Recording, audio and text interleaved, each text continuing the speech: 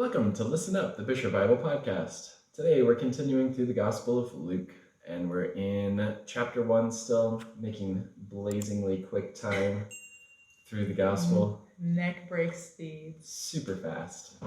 That is a hallmark of me, is that I get through tons of verses at a time, just swaths and swaths of them. It's very impressive. You could ask anybody. They would agree. Do like an hour and a half long Bible study and make it through like 4 verses. So, I mean, realistically, we're doing incredibly well. That's true. That is correct, yeah. So, and we basically already finished the entire Gospel of John. Basically finished with Luke now at this point. We just have a lot of chapters. We just have to do all the go. verses. I mean, like 18 verses in chapter. Stop. Anyway. So, welcome to Listen Up, the Buescher Bible Podcast. And we are continuing in Luke. So, we are in chapter 1, and we kind of left off last time with talking about Zachariah, talking about the need for grace, really, because we don't know what other people are going through. And also, at the same time, we don't know what God has called different people to. So Zachariah is a priest, obviously, but he wasn't part of the Sanhedrin. He wasn't part of the Pharisees. He was just being faithful to what the Lord had for him. And then his son, John, who we got this prophetic word that he would have, ends up being, basically a homeless guy in the wilderness. That was part of probably like a monastery. So you got a lot of differences in people and differences in calling and that kind of stuff. And it's super important that we are always testing what's going on against the word, but that we are not super dogmatic on things that are really not important. Like, it's not important if you get a college education. Super not important. As like a baseline principle. Yeah. Can it give you advantages in particular career fields? Is it necessary in particular career fields? Yes. But is it something that is necessary for being a good Christian? No, it is not. Absolutely not. Is a high school diploma necessary for being a good Christian? No, it is not. That is not like in the 10 Commandments. It's not number like 2. It is not even there. So we often make these arbitrary things where we're like, if you're doing X, Y, and Z, then we know that you're a good Christian and we don't have to care about how you're actually doing. Yeah. It's a lot easier to measure that. Mm-hmm. So we get lazy and we decide to measure things that way. Yeah. And if that was really the best way of measuring things, then you wouldn't have secret sin. It's true. Wouldn't be an issue because, oh, look, they look good on the outside, so everything has to be going right in their life. Mm-hmm. And really, on the inside, they're dying and they're turning to sin because they are lost and stuck and all kinds of things. But on the outside, everything looks good. Mm-hmm. So that's why it's really important that we actually get to know each other and live with each other and love one another the way that Jesus taught us and showed us. And that really just comes down to living life with each other. I mean, you look at Jesus's model and it was, come follow me. And then you lived with me for the next 3.5 years. The disciples were with him every single day, basically. And they saw how he slept. They saw how he didn't sleep. They saw how he ate. They saw how he didn't eat. They saw it all. Mm-hmm. They saw how he was persecuted. They saw how he dealt with persecution. They saw how he dealt with the attacks of the religious leaders. They saw how he attacked the religious leaders. So it was everything. It was the good, the bad, and the ugly. And I think that's something that I've been thinking through a lot with discipleship, is just how different it would look in my life if I was inviting people into my life instead of just making like an hour a week or whatever outside of any normal life context. Yeah. And saying like, okay, we're going to meet for an hour and we're going to talk about all these things, and then that'll work to make you like Jesus. So I've been thinking about it more and more of just, I need to invite people into my life. Just as we live life, those opportunities come up. And as we live life, people get to see the real deal, hopefully, lived out. Or at least then I know if there are things in my life that are a contradiction, because they can have that opportunity to point it out and be like, hey, that's really weird. You go, oh, it is? Yeah, I think that's something too that like especially stay-at-home moms could really do. Like, not like they're not busy at all, but they like the people that I knew when I lived in Alaska who had the most impact were there were moms that would just like invite you into their life, and it's because they didn't have time to schedule anything else in. Like, it was necessary if you were going to be friends with them. It was going to be like, hey, come with me on this errand, hey, do this thing with me. And I think that's really like, it was really cool because number one, their children were not perfect, but they were well enough behaved that like they weren't just like beating you the entire time, because that can be distracting in that relationship. No. And then also children never do that. They never just beat on you for fun. Never. You're like, oh, look, I'm gonna hit you because I can. But also, it was like you did just get to be a part of their lives. You got to run errands with them. You got to have good discussions with them, and it was based on the timeline that they could do because they had a family that they were raising full time. And so, yeah, that is a thing that like we can do. And like we, like the people who were mentored by those women in our church, like we really wanted that mentorship. And I think moms don't realize that like there are people who need to be poured into that like actually want them to pour into them. Yeah. Like just because you have kids doesn't mean like you don't have life experience. For sure. From like a college perspective. And it can also be like a blessing on the flip side too, because then there's an extra set of hands there. So like super practically speaking, if you have to go to the bathroom, like there's somebody that can hold your kid like while you're doing that and other things like that. As long as that doesn't happen too much. Yeah. When it's like, I'm just coming over to be your free babysitter. For That's sure. kind of a bummer. For sure. But I mean, just realistically saying that too, like it isn't one of those things where it's like, oh, if you're a mom and you're going to disciple a younger lady, like you've got that much more that you have to just pour out. And like it's going to be that much more of a burden on you, and et cetera, et cetera. So yeah. We say this in our wealth of parenting experience and knowledge. Oh yeah, for sure. And not to say like meeting with somebody once a week or once every other week and like having a really intentional time is not effective either, because that has been effective. Like it's been an effective way of discipling people. It's just one of those things that I'm finding I don't have a ton of time for anymore. It's just not easy to do it, especially when you get older, you have a full-time job, you've got other things that you got to worry about, like you've got property that you got to take care of, or you got to make sure the house is clean, and just all this other kind of stuff makes it really difficult and really challenging to be consistently meeting with, especially multiple people one-on-one. Oh yeah. So it's a lot more efficient, I think, to invite people into your life than to constantly be trying to like carve out an hour here and an hour there throughout the week. So I do have a question. Why is it that he's called Zachariah in my translation? He's Zacharias in yours. So all of the Hebrew names are called transliterations. So basically they took the Greek letters and then they tried to make them sound like the Hebrew names. So it's just one of those things where sometimes it comes out a little bit differently. Tomato, potato. So like in Spanish, James is Santiago. Yeah, so you're like, how does that make any sense? It doesn't make sense at all.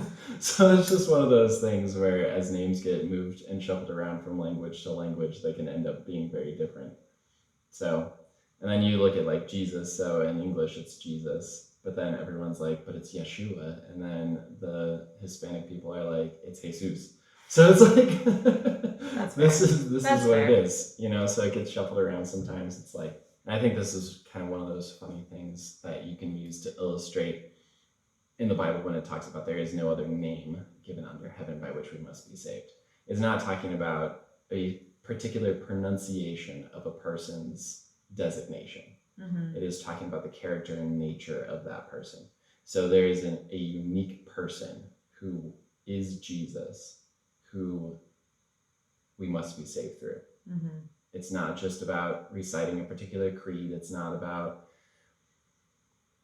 calling out on a specific name.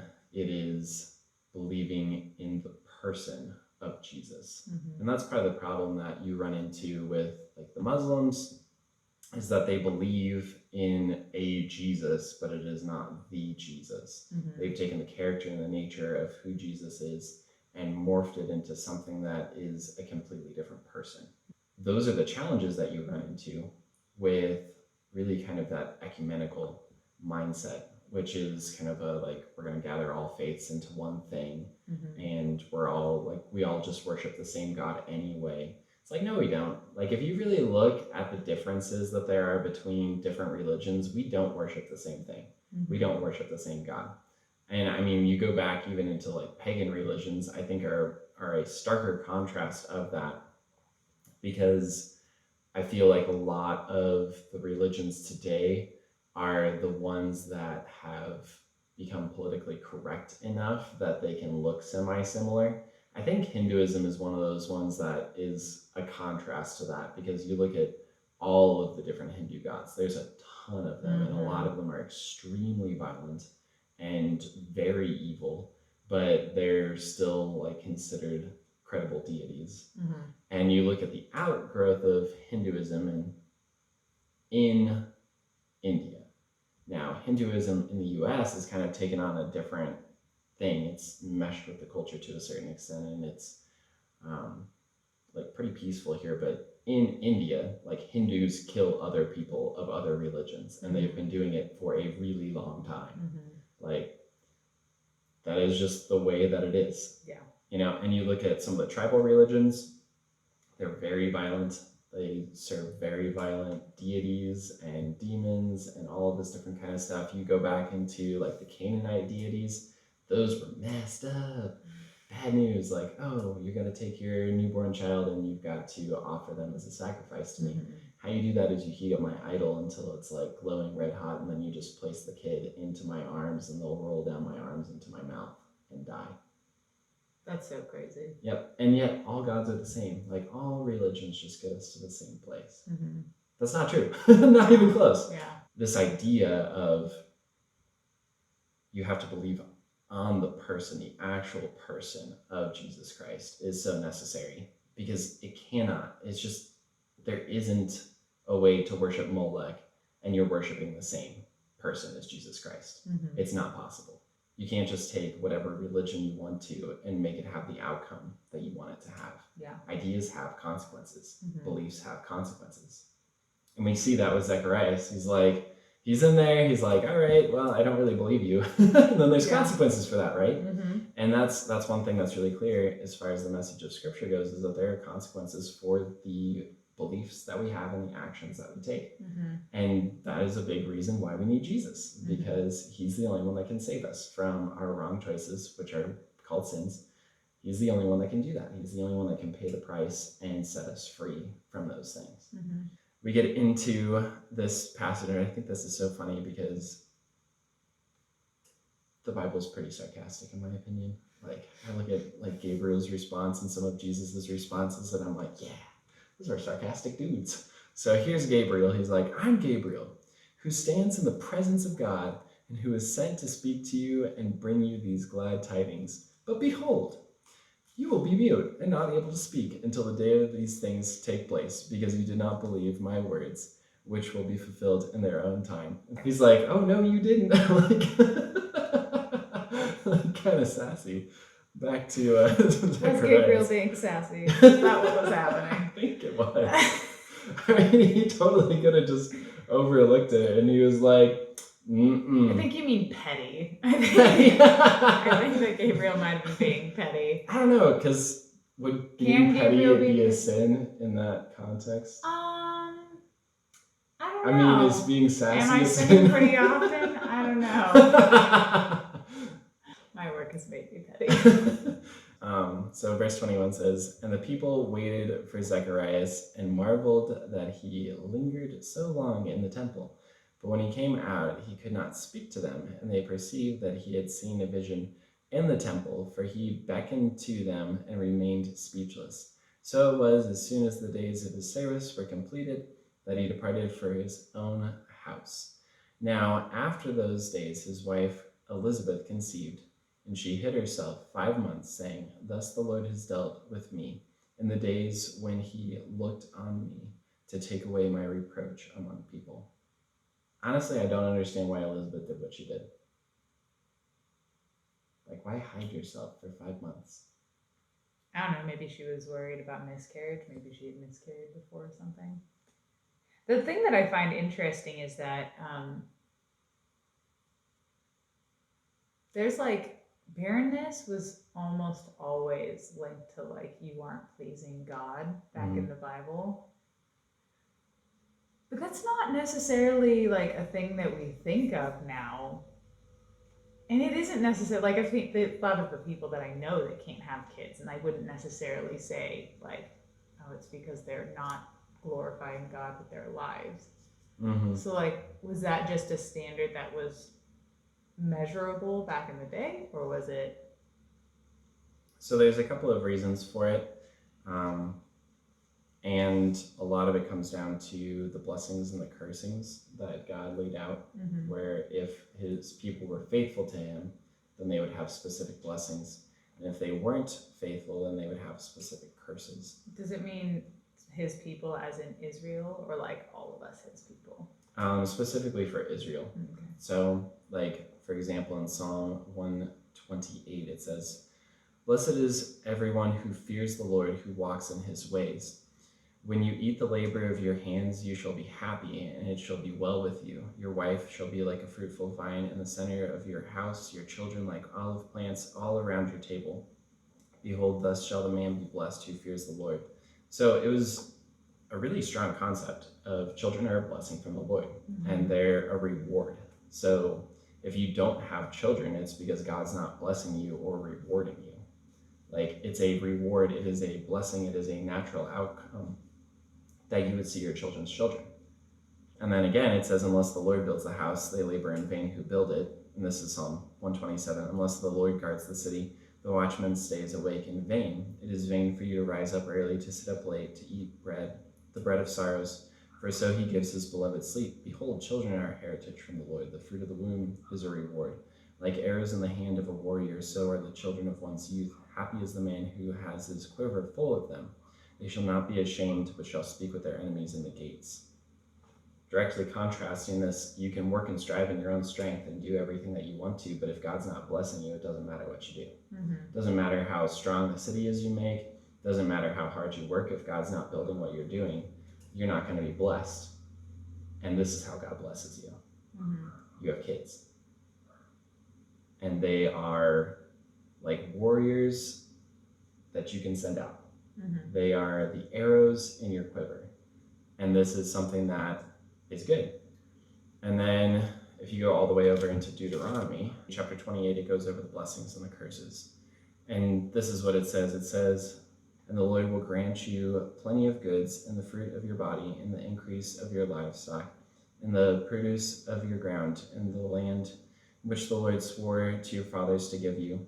The Lord will open to you his good treasures, the heavens, to give the rain to your land in its season, and to bless all the work of your hand. So he talks about how materially you are going to be incredibly blessed if you serve the Lord. And part of that is when he's talking about the produce of your body, the fruit of your body, he's talking about kids. And over he talks about how, like, if you follow me, you're not going to have the diseases of Egypt. You're not going to have any barren among you. You're not going to have this. You're not going to have this. You're not going to have this. And that a consequence of sin is sickness and disease and poverty and indebtedness and etc. So that's why they thought that way, because the word talks about that. Yeah. That's one of the interesting things is that I think generally speaking, this is true. When you have a nation that is following the Lord, these are the blessings that the people have generally. but it isn't a guarantee for everyone specifically. Mm-hmm. And that's kind of where we can get a little bit mixed up, is we're like, but God promised me that if I would do this and this and this, then this would happen. And it's like, okay, that's true as a principle, but that is not true necessarily as an individual promise to every single person. In every situation. In every situation. I think one of those ones that people get really mixed up on too is in Proverbs, where it talks about if you train up a child in the way that he should go, he will not depart from it when he's older. And a lot of people take that as a promise of, okay, so if I raise my kids right, if I teach them in the Bible and this and this and this, none of them are going to reject the Lord. None of them are going to make a personal choice to disbelieve. All of them will believe wholeheartedly in God and be saved. And their lives are going to be great. It's like, no. Like, history has proven that is not the case. There are people that wholeheartedly are walking with the Lord, serving the Lord. They raise up their kids the right way, and their kids choose to rebel. Some of them come back at the end, but not all of them do. That doesn't mean that God has failed his promises. It means that he has given us free will, and that person has chose to exercise that in rejecting God. Mm. As a general rule, though, if you raise up your kids in the way that they should go, generally speaking, they're not going to reject those things. They're going to follow those things, and they're going to benefit from it. And the distinction also in that specific verse is not if you raise them in church. Exactly. It's if you raise them to follow the Lord. Yeah. Church can be an outlet for that, but it shouldn't be the church's job. It should not be the church's job. It is not the church's job to raise our kids, just like it is not the public school system to educate our children. Mm-hmm. And that's something that I think we've gotten really mixed up. And that was something that I thought about fairly recently, that I was like, oh, wow, that is kind of crazy that we do that too. Because I've always talked to people in the church about, like, the church cannot raise your kids. The church is not enough. Taking your kids to youth group once a week and to, like, big people service once a week is not enough to make them wholehearted disciples, period. It takes a lifestyle. And in Deuteronomy, it really sets out a good example of what it means to disciple. And it's talking about, like, when you rise up, when you eat, when you sleep, when you go out of the house, when you come back home, in all situations in life, you should be talking to your kids about me. You should be telling them about me. You should be showing them who I am. That's what it means to disciple. It's an all life thing. And so if we depend on church to teach our kids what it means to be a believer, then we are going to fail. Like, you're going to have a couple of exceptions, because God always has his remnant, but 1 hour a week or 2 hours a week cannot contradict the 100 whatever hours it is that the world has with them a week. Just not going to happen. Yeah. As a general rule, right? So we've done the same thing with our school system, though. We are like, oh, well, the government's going to take care of educating my kid. That means that they're going to be fully equipped for life by the time that they get out of high school. Which anyone who has gone to public school knows that's a lie. Right? Like, I can't tell you how many people are like, I never learned how to balance a budget. I never learned anything about investing. I never learned anything about how to manage credit cards. But the mitochondria is the powerhouse of the cell. That I did learn. And it's super important to learn that stuff and to have a base level of knowledge as far as scientific stuff is concerned, arithmetic, rhetoric. It's important to have all of that. There's a lot of stuff in public school that is fluff and not really useful. Totally. But again, history is super one curriculum important. For very different people. Right? History is super important if you're also developing critical thinking and understanding why things are happening. If all you're getting is a bunch of names and dates, not very useful, not very interesting. But if you're learning what moved people and why they decided that they needed to act in the situations that they acted in, and what they were fighting against or fighting for, that allows you to think critically through what people were doing at that particular time and whether or not it was something that was useful or something that was destructive. And so that kind of stuff can really only be taught in the home. Critical thinking, how to budget, what it means to be financially wise. All of these things are lessons that the government is not effective in Mm-hmm. teaching. And so we tend to surrender that responsibility because it's something that's hard. And we tend to surrender that responsibility because it's something that the enemy wants to trick us into doing. Mm-hmm. And we tend to surrender that responsibility because we are sinners ourselves, Mm-hmm. you know, and it's so much easier to check out and not to do that kind of stuff, not to do that hard work. For a while, I was an elementary school math tutor, and I did not know this. yeah, and it was so... Knowing your mom, that makes sense. But it was so sad to see the kids that I was trying to teach and help, because inevitably I would get the kids that were having issues. Mm-hmm. Like the kids that were doing well, they didn't send them to the math tutor for like extra work. Mm-hmm. Like it was the kids that were struggling, Mm-hmm. and usually struggling hard, and just like some of the kindergartners that I would be sitting down with and trying to help couldn't even count to 4. That's a home issue. That is parents not paying attention to them, even talking with them enough to go 1, 2, 3, 4, and do that kind of stuff with them and help them to recognize this many objects equals 4. Mm-hmm.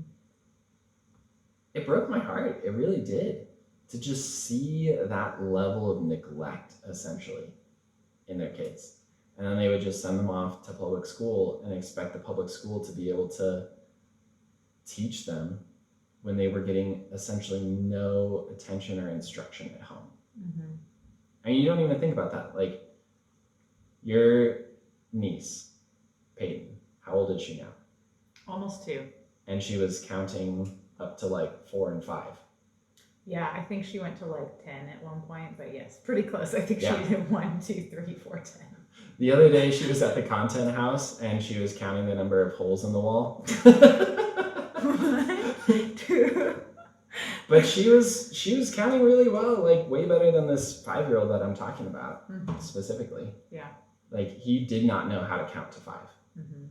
And she, as like a 2-year-old, knows how to count that high already and can recognize it. Yeah. Because she's getting attention, because her parents care about teaching her those things and want her to succeed, and she has an interest in that currently, Mm-hmm. and that interest is being fostered and nurtured. Mm-hmm.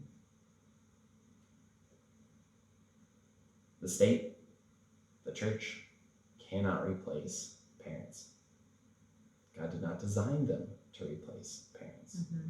God designed the church to be a family, and that's part of the discipleship thing that we were talking about earlier, is, you know, living together, dwelling together.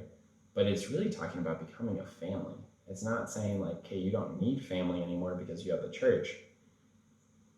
It's saying the church can be a family, so let's be a family. Mm-hmm. But again, the foundation is the family. It's like when God established human relationships, he established them in the context of marriage. The very first human relationships were a family. Mm-hmm. Husband, wife, and then kids. Like that was the first human relationships. And then after the flood, he established government, which essentially is the next human relationships. Because what had happened pre-flood is that everyone was just living based on conscience. And so that didn't turn out very well. Great. Did not turn out very well. Just in case anyone hasn't read that. Right? Because evil needs to be restrained. And the more that we take restraining forces out of the way, the more we get into a state where everyone does what's right in their own eyes, which is usually not a very good place. Mm-hmm. So everyone does what's right in their own eyes, and then you are surprised why there's so much killing and evil and stealing and this kind of stuff. I think people are really like, when you look at things like cannibalism and stuff like that in Africa, they're like, oh, there's no way that that could ever like become of a civilized society. And you're like, but people are odd. They are And the on. things that we convince ourselves of after we deaden our conscience Yeah. over and over and over again lead to things like that. Well, and you look at like the Greek society. So I like to pick on ancient Greece because I am Greek, and so therefore I know a little bit more about its history too. But they had some pretty barbaric stuff that was just institutionalized practices. For example, you beat the other guys up, so you conquer them. So what you do is systematically go through and rape them all. That way you assert your dominance over them. They have less desire to rebel against you in the future. Oh my goodness. Yeah, that's just normal. Your people. But that's super common throughout history. And it's like, we don't think that that's going to happen again. Like, really? You don't think that that's going to happen again? I mean, look at ISIS. ISIS is the perfect example of that can happen in the modern era. Like, they went through, they took over people, and then they just, like, raped and enslaved everyone. They're like, this is what we're going to do. Yeah. Allah. Yeah. And it's like, people are evil. They have evil tendencies. It takes training to overcome those things. You don't have to teach a child how to be selfish. You typically have to teach them how to share, and you have to continue to encourage them to share too. Because they may share like once or twice, but they're going to be selfish like 9 times out of 10. All that to say, we really need Jesus. Correct. We really need Jesus, and we can overlook God's promises of goodness when we don't see them specifically happening to us. And at the same time, we can overlook the atrocities of our society when we're not specifically participating in them. Because these general promises that I'm talking about, they apply to a society generally speaking. And I think that this is something that Christians get really confused about, is they're like, oh, but I'm doing what God tells me to do, so I shouldn't have to suffer at all. Which is not what happened biblical. To the apostles. Not at all, right? So not biblical, not anything that the Bible teaches. What the Bible teaches is that all those who desire to live godly in Christ Jesus will suffer persecution. So join the team. Yeah. So, but then we all die, and that's like the best. For sure. That's nice. And we're also promised life and life more abundantly. So it's one of those things where you have an intensity of joy in your life, but you also need to be prepared for trials and tribulations, because they are going to come. And they come so that we're made more like Jesus. They don't come just to torment us and afflict us.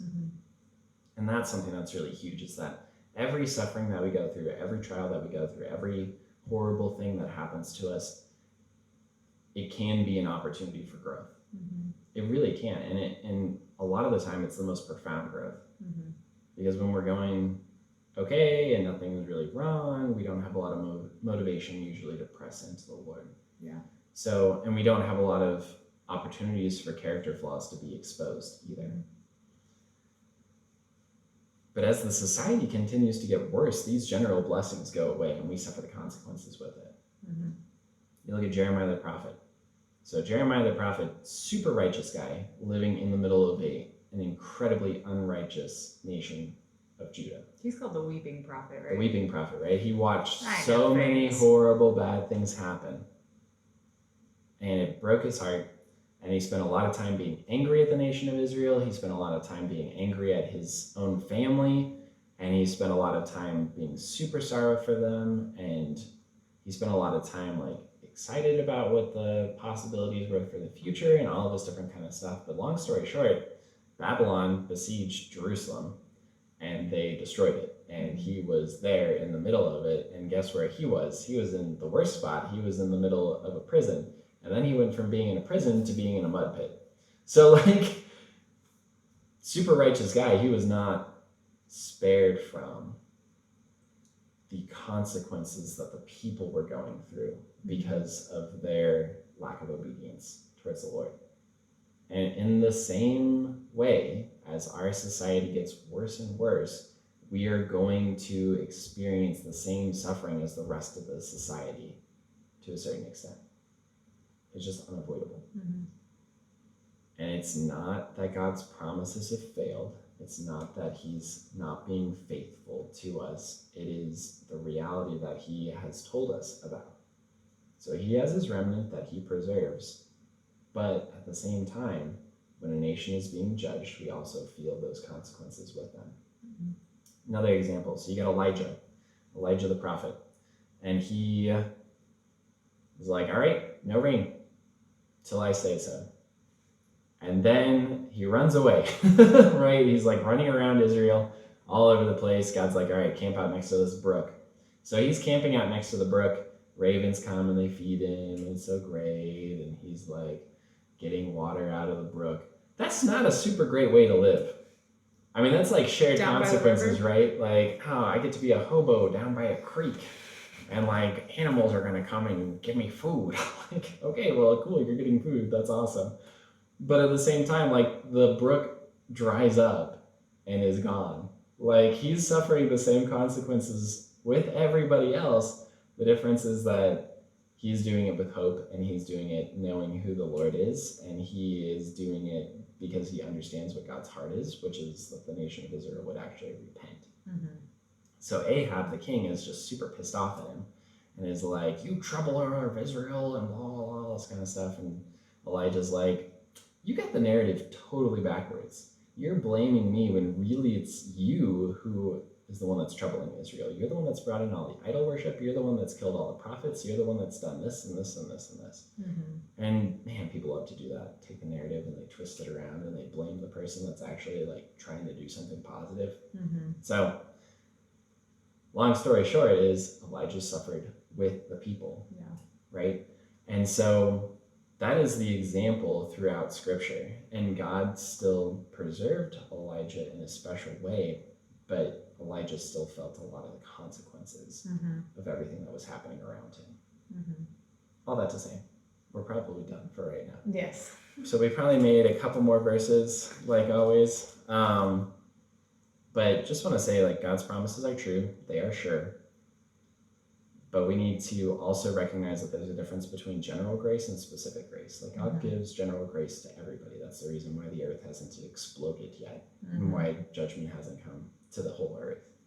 And the reason that the just and the unjust both get rain, right? And then there's that specific grace that boils down to what those people that are following him receive above and beyond other people. And mostly that comes down to salvation. But then there's other promises that get included in that too. And just because you aren't receiving one of those general graces does not mean that you are not walking the way that God wants you to. Mhm. So like Elizabeth and Zachariah, they were walking the way that God wanted them to, but they still weren't receiving one of those general graces. Mhm.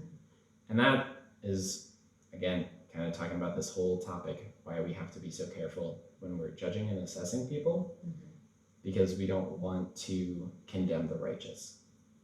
And why we have to know somebody, we have to know what's happening in their life, and we have to walk alongside of each other if we're actually going to be able to effectively help one another. Mhm. So thank you for joining us today. Hope you guys have a great one, and tune back in for the next episode. The next 3 verses. Maybe.